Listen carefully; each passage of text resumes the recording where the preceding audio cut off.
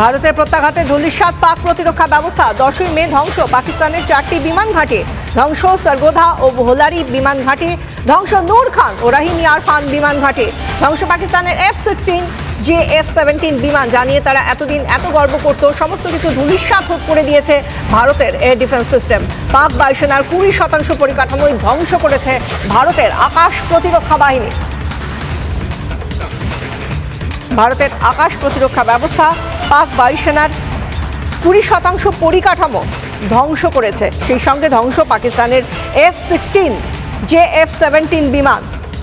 F-16 নিয়ে তাদের রীতিমতো রাফালের সঙ্গে প্রতিযোগিতা করতে পারে এমন তারা বারবার বুলি আওড়েছিল, তা একেবারে আকাশেই গুড়িয়ে দেওয়া হয়েছে এবং তার বিভিন্ন অংশ বিভিন্ন জায়গায় পাওয়া গিয়েছে। সে কথাও আজকে সাংবাদিক বৈঠকে বলা হলো। ডিজিএমও সহ 3 বাহিনীর যারা অপারেশনসের প্রধান তারা বলছিলেন সে কথা। এবং সেই সঙ্গে F-17 চায়নার বা চীনের যে যুদ্ধ বিমান, যা নিয়ে চীন এবং পাকিস্তানের গর্বের কোনো অন্ত ছিল না, সেই F-17ও গুঁড়িয়ে দিয়েছে ভারতের আকাশ প্রতিরক্ষা ব্যবস্থা।